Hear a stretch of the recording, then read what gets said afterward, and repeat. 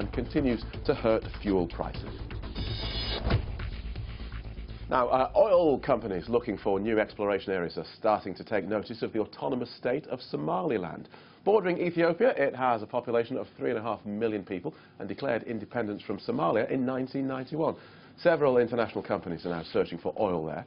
If commercial potential is found, Somaliland could open up to foreign investment. I'm joined now by Somaliland's Mining and Energy Minister, Hussein Abdi Delay. Good afternoon to you. Thank you so much for joining us. Let's start with the search for oil. Which companies are searching for oil there in Somaliland? Well, there's 4 international companies right now that has operating licenses with Somaliland, namely DNO, which is a London-based company traded in the London Stock Exchange. That's called Genel Energy. We have DNO, which is a Norwegian firm that's also a publicly traded company, traded at the Oslo Stock Exchange. And we have 2 Middle Eastern companies by the name of Raggas LLC and Ansan Wicks. So there's a total of 4 operating companies right now in Somaliland. If they do find oil, who will it belong to, Somaliland or Somalia? Well, we tend to believe it's going to belong to Somaliland. Somaliland, as you mentioned, is an autonomous state, has been independent from Somalia for 23 years. We really not new in this endeavor of basically being a de facto state that control and manage and own their own resource. So we feel that we have a legitimate reason to believe that the oil will belong to Somaliland. And one good indication is that, we have publicly traded companies that basically entered into a contract with Somaliland.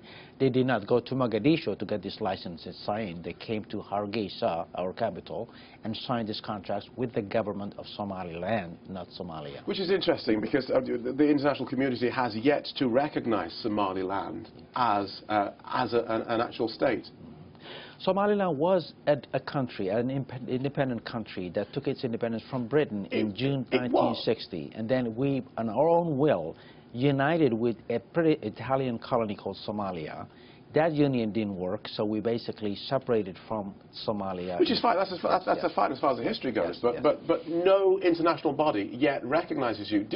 I wonder if this lack of recognition is actually going to hold you back in terms of trying to open yourself up to the world. We have been basically doing our own, outreach to engage the international communities, and we're not really short of companies or countries that are really engaging with us as an independent sovereign country. Not necessarily having a flag in the United Nations, but we have offices represented by different countries such as Britain, such as Ethiopia, Djibouti.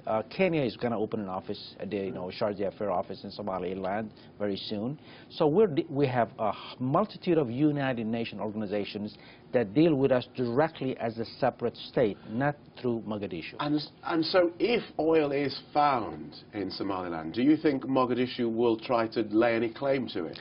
I cannot really basically predict what Mogadishu will do. So that's not clear-cut, is it? Yeah. They might. Well, that is up to them, what they would really feel like. But we absolutely 100% are certain that at the end of the day, this resource belongs to the state of Somaliland, and it's going to basically belong to the people in Somaliland. You're here in London as part of a delegation from Somaliland trying to court international investors. We really have a whale of a day yesterday. It was just a completely sold-out, standing room only.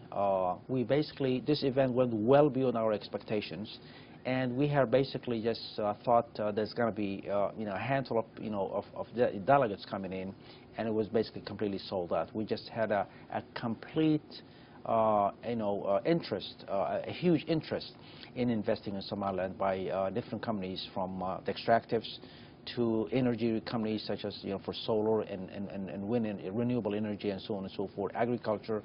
So we really had a huge turnout yesterday. Minister, thank you so much for